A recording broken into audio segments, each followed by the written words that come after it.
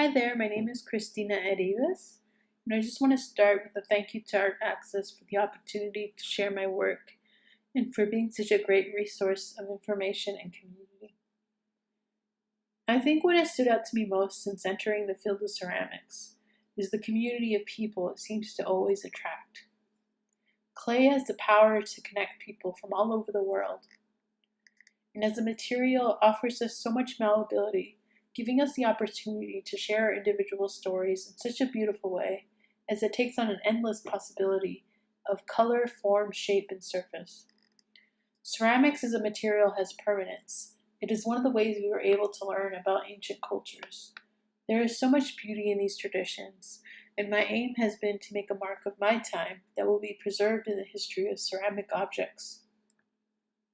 My work stems from my Mexican heritage and family traditions. My interest in creating these objects arises from my fear of these processes being lost and forgotten. I grew up in California, and although the language and history of my own family was a bit diluted, I always felt that food remained a strong source of my identity. So naturally, when I found my voice in ceramics, it became much about food and my identity. This is a piece from 2012 of a 5.5-foot stack of stoneware tortillas. I enjoy how we relate to different foods and how we are able to share it as an extension of ourselves, enjoy its endless mix of flavors, and how it can reflect our tastes and where we are from. This is my family. I grew up one of 12 children in the San Fernando Valley of California, and I lived in California all up until I left for grad school at Penn State. And when I got to Penn State, I just started making a series of these dishes about my family. My dad came to the States as an immigrant, picking fields in Texas, and somehow made his way into building airplanes without any formal education past elementary school in Mexico. I like to imagine a scene where he flies over the same fields he once worked over as a bracero.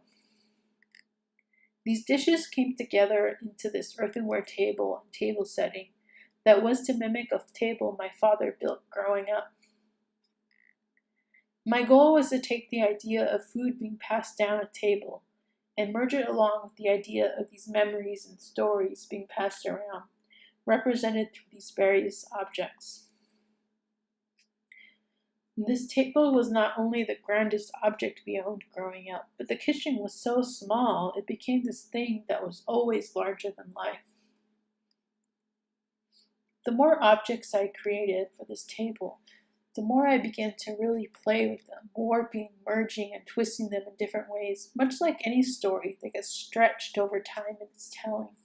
The fish that someone caught just gets bigger and bigger and bigger. This piece is called Peregrinaje, which means pilgrimage, and it stemmed from my thoughts about migration. And I just wanted to create this image of smoke traveling into these dark rain clouds to illustrate the struggles and emotions associated with migration, and then have it calmly return into the steam of a coffee cup. And these are some smaller representations of that piece. Although my work stems from very specific stories at times, my end goal is to usually create these visually rich installations that hopefully anyone can approach with a bit of curiosity and interaction. And sometimes I just make a thing because I think it's funny, such as these brass uncles. And I just have to laugh at myself sometimes to think what lined up in my life to inspire me to spend 16 hours to try to make dirt look like dirt.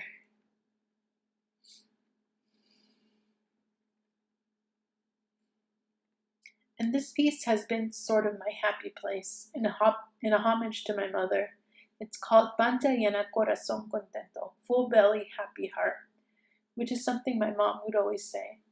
So I just wanted to have this fun, vibrant, and nourishing scene cut out of a kitchen, and I like the idea of it changing with each installation, much like the scenes of any home will change from day to day, from event to event.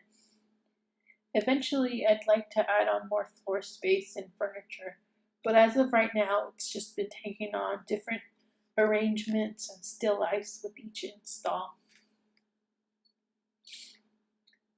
Food has been so endlessly inspiring to me because of all its texture, color, and content.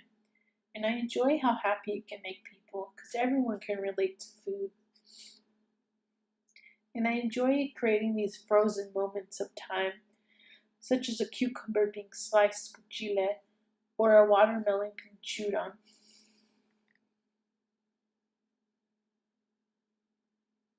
And these are some images of more recent pieces that I've been working on this past year at the wonderful Archie Bray Foundation in Helena, Montana.